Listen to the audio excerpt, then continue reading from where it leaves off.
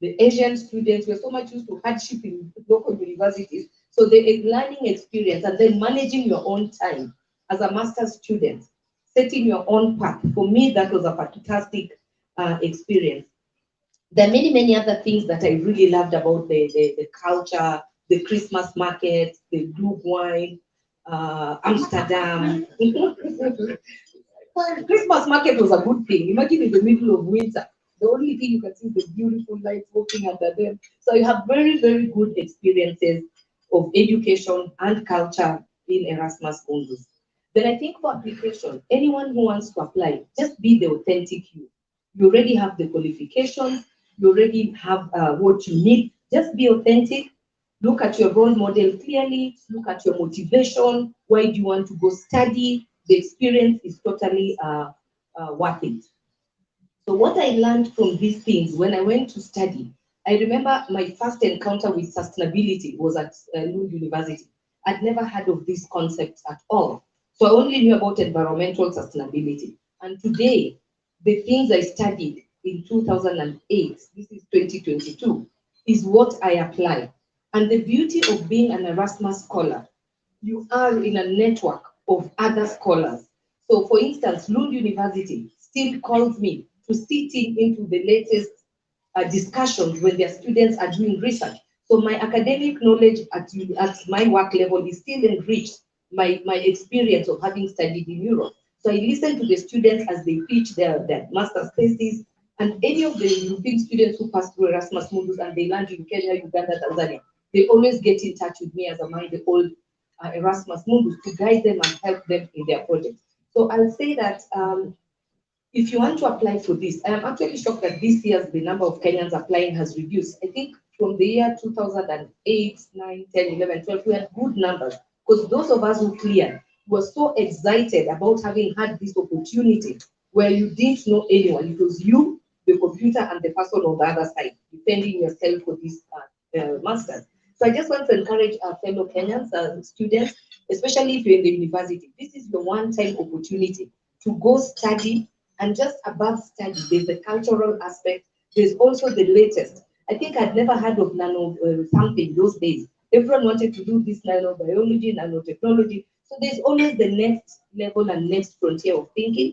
And I'd say even the Kenyan professors and everyone, please look at the Erasmus Plus and see where you can fit in, where you can benefit from.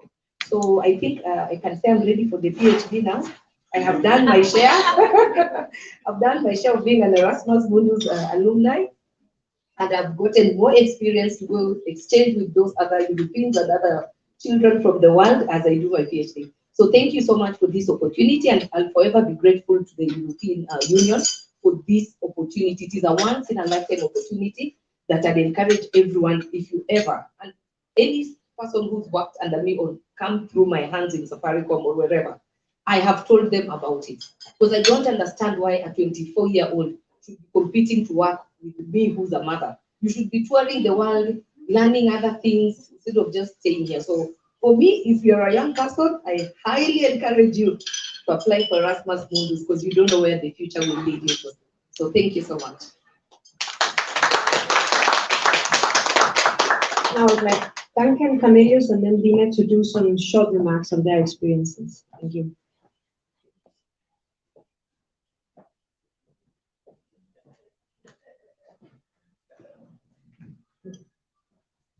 Okay, thank you. All protocols observed. Good morning. So my name is Duncan Chando, and I think I'm the youngest in terms of the people who benefited from Erasmus because I graduated in 2019. And my master's, I did a master's in advanced development in social work. Professionally, I'm a social worker. I did my bachelor's at the University of Nairobi. But again, if you find that in Kenya here, I mean, the whole aspect of master's in social work is not advanced that much.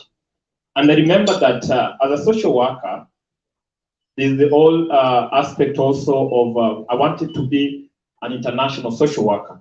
And to study social work, for me, has been an amazing journey because when I did my undergraduate and then I started working in the development sector, I worked with different organizations here in Kenya. And I remember making a very not a good decision that most people will make, because you just started a good job and then you apply for a scholarship and then you have to resign. So by then I had a good job and then I got this scholarship and then I had to make a decision. And looking back, I think is one of the best decisions that I ever made, because no regret. I want to say that Erasmus program for me, it opened my eyes in so many ways. That's one thing that I'm really grateful. And as my colleague also mentioned, is the aspect also of traveling. I did travel. I think I visited almost 15 countries in Europe. So you're not just a student, but you're also a tourist, because it combines both. And traveling from one country to another. For the first time, I think I took a flight for six pounds. Yeah, from one country, that's from UK to Denmark. So for my master's, I did study in the UK, University of Lincoln. Then I went to the University of Denmark, a university in Denmark called Aalborg University. And then I went to university in France called Paris Nanterre University. And then I went to Portugal, University of Lisbon. And then I went to University of Warsaw. So you can imagine all that experience. So I just want to encourage each and everyone, if you're a social worker or if you have a background in community development, this is an opportunity to grab. Because also the program is not only, it was not more or less micro social work practice, but we looked at different aspects, issues around migration, issues around refugee studies. So these are things that are recent, and also issues around sustainable development, which, as you may know, that those are some of the things that, as a country, also we need to look forward. So, just to also mention one or two things about this program is, apart from studying in these 5 universities, there's also that opportunity whereby, as a student, there are also other partner universities that you can visit. So we have some universities in Hong Kong, there are universities in Brazil, South Africa, Singapore, and the US. So the program is broadening, and it gives student opportunities to also, apart from just studying, also to work in projects, because we also had this opportunity to work in different projects in as a group. So looking back, what I can say is that Erasmus is not just a graduate program, but Erasmus is an experience. It's an experience that each and everyone should experience. I mean, should try and apply for. So I just want to encourage other Kenyans, so that the application, like my colleague mentioned also, is straightforward. It's straightforward. If you have a bachelor's degree, like for this program, you have a bachelor's degree in relevant field, and then just 1 year's experience, because also the whole aspect of experience played a very key role, because you're not just studying in classwork, but more or less our work was also more practical, because we also got an opportunity to work with different agencies in the UK, in Denmark, so you experience their social system. And also, the other thing that also came through was after my graduation, I graduated in 2019. And then after my graduation also, it opened my, I mean, for me, the doors to venture into international development, because after that, I got an opportunity to work in Geneva. And this as a result of being an Erasmus, because also after graduating, you can have an opportunity to stay longer in a country. For me, I had an opportunity to stay 2 more years in Denmark. But looking back, I decided to come back home. And I'm enjoying whatever I'm doing right now. I work as a development consultant, more or less focusing on South-South and triangular cooperation, whereby we try to encourage countries within the global South to partner and work together. So without much ado, thank you so much, and looking forward for people to do more application, and we're always there to help. Thank you. Asante sana. Asante. Thank you, Duncan. Cornelius, can I invite you to also speak? Thanks.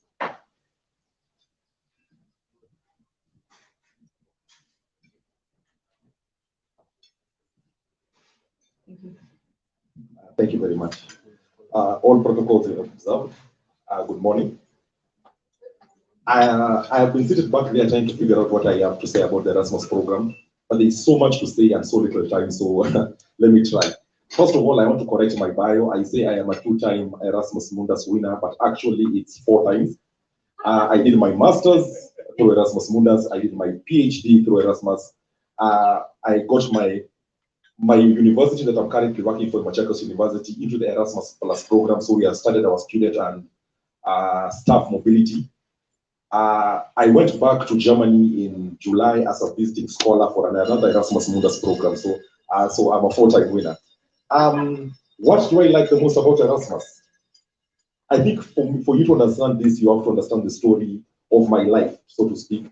Going back to when I was a child, I really did love books because books gave me an opportunity to be transported into a different world. Now, based on this, I always wanted to travel and see these places that I was reading about in books. When I finished my high school, I applied for various programs, got into about 5 undergrad programs, and my father told me, do they have scholarships? No, I can't afford to take you to New Zealand or Australia or the UK. So I did my undergrad in Kenya.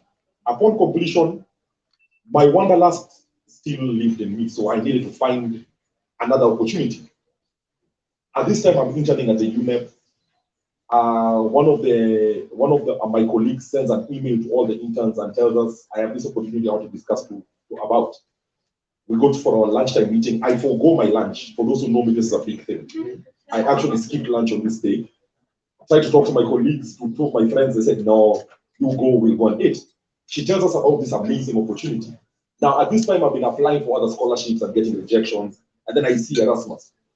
What is Erasmus saying? You get to travel to the UK, Spain, Portugal, and Russia if you want. I'm like, oh, wow. I get to live to see 3 different countries. So I say, I am applying for this. I apply for this. It is the only master's program and a scholarship that I get. So this is coming from a person who has never even been to the airport, except the time when I was taking my brother to fly out. So that was the experience. The airport has always been just the parking lot. Now I'm getting to go onto a plane. I'm getting to go to the UK, places you only read about in books or see on TV. 5 months later, I'm moving to Spain, where they drive on the wrong side of the road. I know the Europeans are going to argue with me about this, but all of you drive on the wrong side of the road, right? Then I get there and meet many people from different countries who till today are still my friends from all over the world. Then I join Erasmus Mundus Association, where with the alumni and the students opens up more opportunities. So I end up traveling to more countries in Europe. So you see, this is becoming bigger than me. By the time I got back here for my master's, then I got my PhD. I come back in 2015. In 2017, I go for my job interview. Who do I meet? Karen. One of my interviewees is a former, an alumni like myself. We've been traveling the world around. I'm like, oh my goodness, for sure I have this job. So you see, this has not only given me the opportunity to get an education, travel the world, now meet new people. Now my professional life is being impacted because of the networks that I have formed from the Erasmus program. And it's basically snowballing. From there, you get so much information about so many different opportunities. Now we are finding about the Marie Curie program, which is a different program which you can apply for at the postgraduate level. So because of the interaction I had with this lady in UNEP in 2009, I made it one of my life missions to get as many Kenyans to apply for this opportunity as possible. And that's why since 2010, we've been going around to universities and spreading the gospel of Erasmus, of the Erasmus movement. It's not as difficult as people may think. I think there's a lot of skepticism that we Kenyans greet when we are told it's free. You're applying, there is no application fee. Huh? Why? What is the catch? Next thing is they're going to give you €1,000 a month. Huh? Why? Okay. Next, they're going to pay for your flight. There is something fishy. So there is a lot of skepticism, and I would admit, even when I got the scholarship, I had the skepticism. I was just laughing about it this morning, saying when I got the scholarship, they emailed me and told me either they pay for my ticket or I buy it and then they refund it when I get there. I was like, this sounds suspicious. Why don't you buy me the ticket and prove to me this is right? And then 2 weeks later, I have the ticket in my email. I'm like, okay, this is actually happening, right? So there's still that skepticism, and we are trying to find a way to break in, because we talk to many people, we talk to many university students. Then you leave the university and there is no follow-up. There's nobody following up and asking you, how do we get into this? And as much as you give them the information. So what we'd really like to do for us as alumni of the program is, how do we break this barrier, this skepticism that we Kenyans inherently have? Okay, so we will still figure out a way to do it, but the message for me will just, it's real. Take it from somebody who has benefited from the Erasmus program 4 times over. It's real. And now we're right now in the process of trying to get one of our members of staff to go to one of our partner universities in Greece. By next year, we'll be having one of our students going there. So it is real. And it's not as difficult or as complicated. All you need to do is just go to just Google Erasmus Mundus catalog. You'll get all the programs available for that particular year. The instructions are quite straightforward to follow. Yeah, so I think that's it. Thank you. Thank you. Indeed, impressive to have been benefiting 4 times. A perfect ambassador for the program, I would say.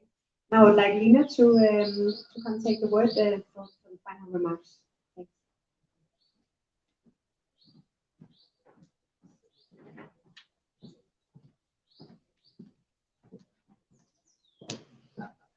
Thank you. Good morning, everyone. My name is Lina Mkoji. Some of you have already seen me on the screen. This whole morning, I've just been seeing my face. And I'm an alumni, just like the three that have spoken before me. But I studied between 2016 and 2018. And I did the European Master in Tourism Management, where we have to study in the University of Southern Denmark, University of Ljubljana in Slovenia, and University of Girona in Spain. And I must say that the experience is very interesting and lucrative. As you can hear, that we move from country to country, and the experiences that you gain in the education, as well as the mingling with other people, especially in Europe, and learning the cultures, as Karen has said, is quite interesting. So I'll be trying to give a few pointers about my own experience, as well as to encourage other Kenyans to apply. As you know, the numbers are still very low, and we are still wondering why people are not applying. I mean, if I was able to apply or reapply, I would do it again and again and again, because it's basically being paid to study, and I don't see why people would not want to experience this. So I'll start by talking about how I learned about this program. I was also trying to further my studies in sustainable tourism, and I wasn't able to get anything in Kenya that I really felt that would push me to another higher level. So I started looking outside the country, and I was focusing on the UK because I was actually working for the airline Kenya Airways at that moment, and I wanted to take a sabbatical, which was only 1 year. So the master's programs in the UK are usually 1 year. So I tried to apply, and of course, the only way I could afford it was through a scholarship. So I tried to apply through the Commonwealth and the Shipning scholarships, which are very, very difficult to actually get. And I would get the program into the school, but not get the funding. So I deferred, I think, for 2 years, because I was just thinking about my family. If I was to go to the UK, the whole of our funding in the household would go to me, because I'd be abroad with no work, just studying. So I focused on getting a full scholarship, nothing partial or anything like that. So one of my friends, who was actually my supervisor, I was working in a tour firm, sent me this random link one time and said, hey, can you look at this course and try and see if you can apply to it? So it was a random, it actually looked like it was spam, like she sends me just a link. So I ignored it the first day, and then the next day I was like, okay, let me go through the link. I was on a night shift. So I go through the link and I see, okay, 3 countries, it's tourism, they're talking about sustainability in tourism, it's everything I wanted. And I go through the requirements, it's like, okay, I have everything here in a folder on my desktop because I've been trying to do the UK ones, which are very, very difficult. Like you have to write, I think, 3 or 5 essays to actually just make an application for a scholarship. This one was quite simple. It was just your CV, which they give you a format already, so you just delete what is there and write your own information. Your undergrad certificates, your transcripts, and a letter, like a motivation letter. Just that simple, like 3 or 4 things that they really needed for you to apply. So I ignored it, especially because they asked for an English test, and I was thinking, okay, in Kenya we speak English and we learn English from, kindergarten or something. So why am I being asked to prove that I can actually speak in English? So that also made me put it aside. So I took a month before I finally decided, okay, let me just do the test. I went to the British Council, booked for my exam, and to make the application. So the best thing that happened in February 2016 was when I was actually the top scorer for that English test. We did it in February 2016. I was told I was the highest, and I think this also made my application stand out in for my course. So I applied, and it was my first trial, and I got a scholarship. I was among the 3 ladies who were given the scholarship out of 35 students, and I was actually the only African in my class. So you can imagine representing a whole continent. People who had never met an African, especially from the Far East, like in China. I was the first African they had ever met. And they asked me, how come you have fair skin? They expect all Africans to be black, like really, really black. They show me their phones and like, why are you not this color? This is what we think Africans are. And I'm like, no, not every African is like that. You're a Kenyan, so I think you must be running, you must be doing marathons and all these things. They put me in groups for running.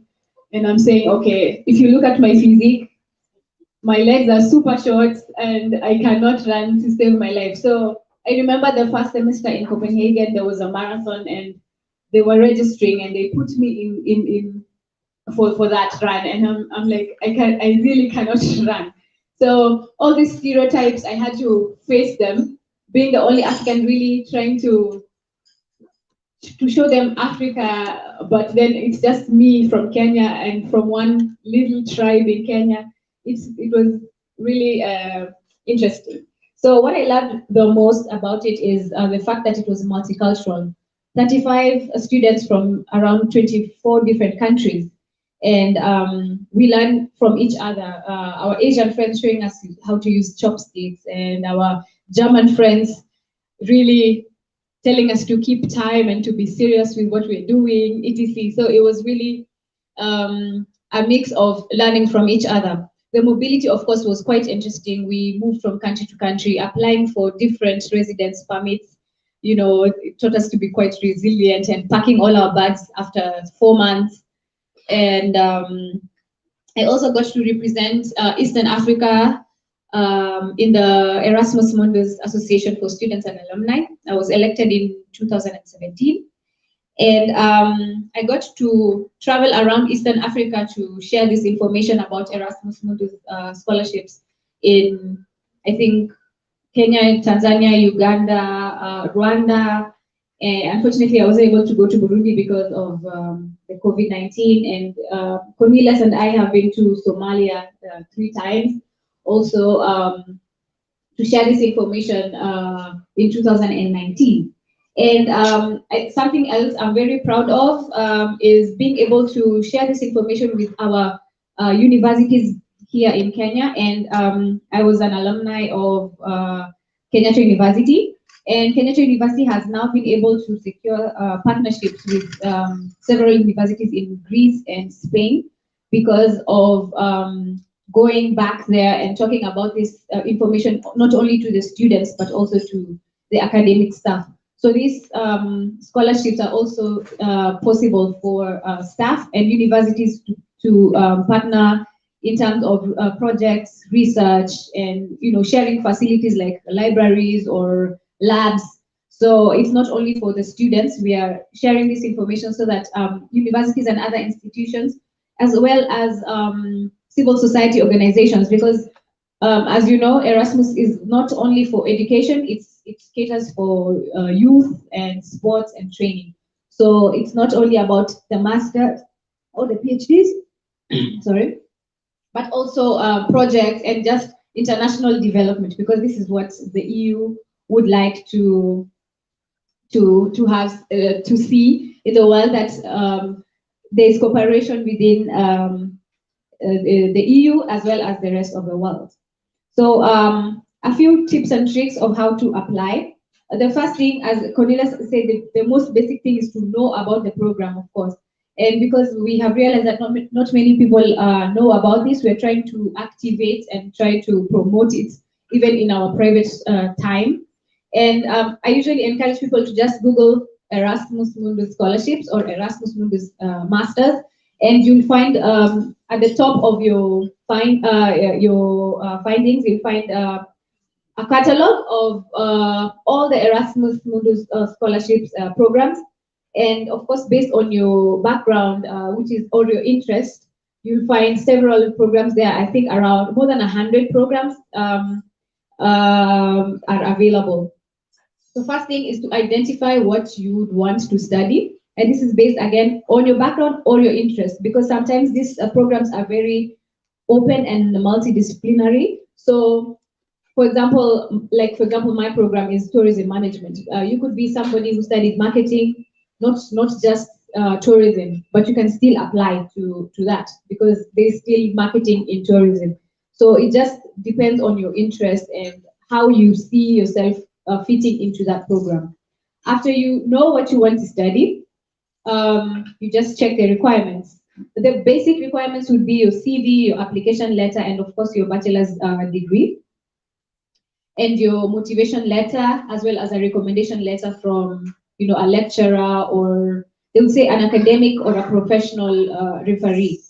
So different programs have different requirements. So I usually ask people to go to the specific program and find out what their requirements are. Because if you ask me, I will talk about my own program. And if you ask Cornelius, he'll talk about his own program. So for mine, they ask for an English test, but some of them don't ask for English test. So if you're required to do an English test, please don't ignore it. Just do the test, because they really need to for sure know that you can actually communicate in English, even though you can. And yeah, what to expect in terms of funding or the money. I would say it's a very good package. They pay for your tuition fees, which is up to around 9,000 euros per year. And you get a stipend of 1,000 euros because you're coming from a non-EU country as a Kenyan. And what else? You get a travel allowance of 3,000 euros per year so that you can travel around Europe, because of course, again, I said the EU would want people to know about the EU culture and just to travel around the country. So it's a very good stipend for traveling. And yeah, all this depends on how you plan your money, of course. But it is enough. You don't really need to work. Actually, you don't need to work. Everything is catered for you within that stipend, depending on how you live your life, of course.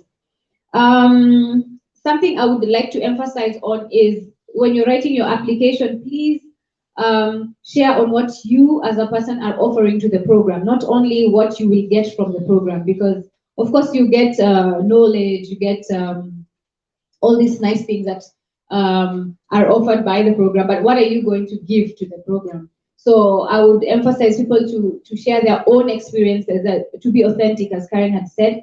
If you have, sort of talents or an extraordinary experience that you would like to share with the other students, and like for me, I was the only African, so being an African already is an experience for the rest of the class. So it put me up in the list. It made me stand out. So just make sure that you show something that you are offering as well to the program. And I'd like to encourage, of course, other fellow Kenyans that this scholarship is actually the easiest I have ever seen. Considering I tried to apply for the Commonwealth one where I had to write several essays, this one is quite simple. It's based everything that you have seen as a requirement on the website of the program that you would like to apply for is basically what they need. They don't need any extras, or you don't need to have a first class or anything. Just if they have said, okay, you need to have a certain, a second class, usually second class upper level. That's it. You don't need to be an A student. You don't need to all those things. Just present what they have asked, and be sure to not really sell yourself, but be truthful about it. Because sometimes when you tell people to sell themselves, they would start to lie or something. Even if you did a voluntary job, or something that you think is very trivial, because we notice that Europeans are very big on sharing what they did, even if they went to maybe Guatemala and went to an orphanage, for animal orphanage, and did something for 2 days, something that they will really highlight in their CVs. But us guys never do such things. We're very focused on the professional, CVs and the academics. So I would ask you to highlight some of those things that you think are very trivial but are extracurricular. They really go a long way. So yeah, I didn't get an Erasmus baby or a husband, but I tell people it's a platform where you will meet people and you become friends for life, and you get friends in countries that you will always want to visit, and you will always have a place to sleep. You'll have someone to meet you at the airport. You'll have somebody to show you around whenever you go to a different country. So it's something that you not only receive from the program, you receive even from the people who you meet along the way in this program. So I really encourage people to apply and apply and apply. There is no age limit for this, and you can apply as many times as you want until you get it. So I would urge you, even really, there's no age limit, so anybody can apply for this program if you want to experience this joy and experience that we have. Yeah. So thank you so much for this opportunity. Thank you. Thank you, Lina. Thank you to the four alumni for your remarks. It almost made me want to do the program one more time. So thank you. I would like to just add that we have Equatoria TV sending live today with the Kaka Juma. And now I would like to wrap up this session, and I would like to thank the Ambassador Henriette Geiger and the Ambassador Christian Fellner for the remarks, and the four alumni for being here today. I would then also like to open up the floor and introduce an informal interaction session where journalists can collect stories from the alumni and the speakers, do interviews, and there is also a selfie stick which can be used for social media. Thank you all for coming today. It's been a pleasure. And there is also a press pack. If you haven't received it yet, you can pick it up down there. So again, thank you all for coming today.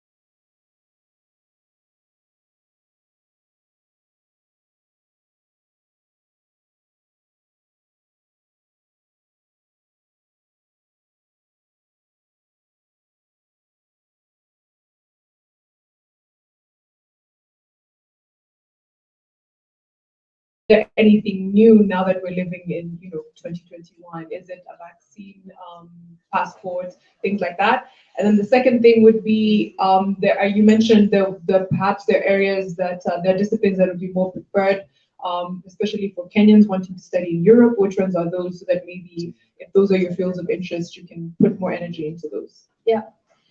So in terms of COVID, in Europe, most of the universities had been online for the last year. I know it myself because I have two girls who are university age and had to be locked in their rooms studying online. And then it doesn't matter whether you're studying in Kenya or in Berlin or in Rome, you're doing the same program. And most of the European universities, which actually they all now offer programs in English, have put all their content online. So this means that also the foreign students who traveled had to do their programs online mostly. So my own daughter, she was studying in Vienna, and she had only two lectures in the auditorium, and the rest she had to do online. But she still insisted to go to Vienna, and she still had a good experience. So I would say, whilst it's not ideal, the situation, the universities in Europe are slowly opening up again and doing sort of hybrid things. And traveling in Europe is possible also again. You do need to be vaccinated, and you do need to take your tests, as you have here as well. So I don't think that is an insurmountable obstacle, and the risk is no higher in Europe than it is here. So I do think, and most of the students are young people, so the risk is manageable. So even under COVID, I think it's a valuable experience. And regarding the preferred fields of study, of course, we want to do encourage students who then later have a key leadership role, assume a key leadership role in Kenya. And of course, that's why we encourage students to go out and study in fields that are important for the Vision 2030. But as I said before, everybody is free to choose whatever they like. And you have heard from the alumni here, they all occupy leadership positions now in different fields, and all fields are relevant. So I don't want to belittle any of the fields. Also, philosophy is very important, or sociology, social work. So please, technical fields are very important, but the others too.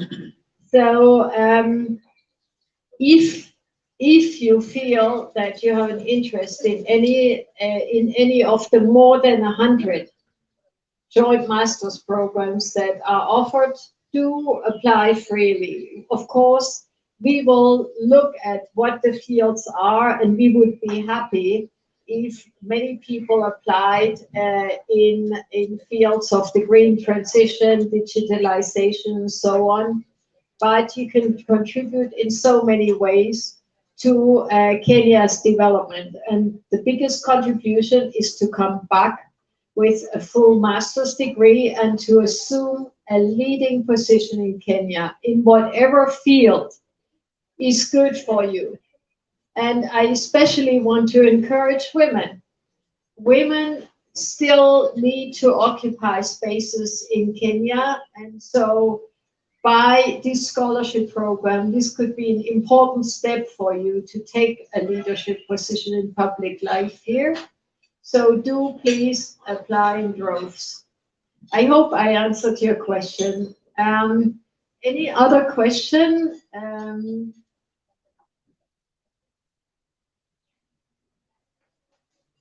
Yes, please. Maybe you also want to come to the front so the cameras can see you. Good morning. My name is Bernard. I work for Capital FM. This sounds like a very good program, and for Kenya that has millions of youth who finish university, the first degree, and they don't have jobs, I think it's a very good program. But I'd like to seek a clarification because listening at the alumnus, I think Karen and Duncan both said when they applied, they already had experience. They were already working. So I wanted to know, for the millions of youth out there who finished university, they've done their first degree, they've never worked anywhere, do they qualify still? Do they still stand a chance to apply? Or is it only reserved for somebody who's working with some experience? Thank you. Thank you very much. This is a very important question. And you will find that while people who have a relevant experience, a working experience, do have an advantage, others that have no experience are also accepted. It depends on the university or the program. I think what is key is your keen motivation. If in your motivation letter, you can bring out why I want to participate here, why it is important for me. I want to gain that experience and come back and become a leader. This is the convincing argument that will get you the entry ticket, not whether you worked here on or there in an internship or something else. The internship is just, let's say, bringing an additional argument about showing your motivation, but it's not essential. So do not get discouraged. Just apply. And as our alumni said, there's no limitation in terms of age, or there's no minimum experience other than a bachelor's degree. So you just apply, you try, and you can try as many times as you want. And you can apply, of course, to more than one master's degree. It's up to the elite university to accept you. And if you have an interesting profile, they also want to have an interesting group of students. So they think also, what can this person bring to the other fellow students? What can they learn? So I think you have to see it through those eyes and craft your motivation letter accordingly. And of course, if needed and wanted, we can also ask our alumni to do a little bit of mentoring for those interested. I'm sure they would be happy to look at motivation letters and give a hand here or there with some tips. We can organize also that through our delegation, that we do an open day where alumni are helping online or coming in to help Kenyans to have a successful application. Any other questions? Maybe also our alumni want to add something from what they have heard or comment on any of the questions. Please feel free. Or also just come up to their table for interviews and ask them, because they are the ones who know best, because they have lived through it and can attest. You see that all of them are successful leaders now in their fields, and this is the best proof of how useful that program is. So if there are no further questions, I invite you just to mingle and get your questions off your chest. And we are, of course, all available in the next days and weeks if you had further questions or if you want further interviews, either with our alumni or with any of our staff or myself. So thank you very much. And I wish you all a great day. Thanks for coming, and thanks for being interested in Erasmus Plus. And please, please, please bring the word out. Bring it to all the bachelors in Kenya and make sure that they know about this opportunity. This would be my joy if this year we get hundreds to apply and many, many successful students to travel to Europe.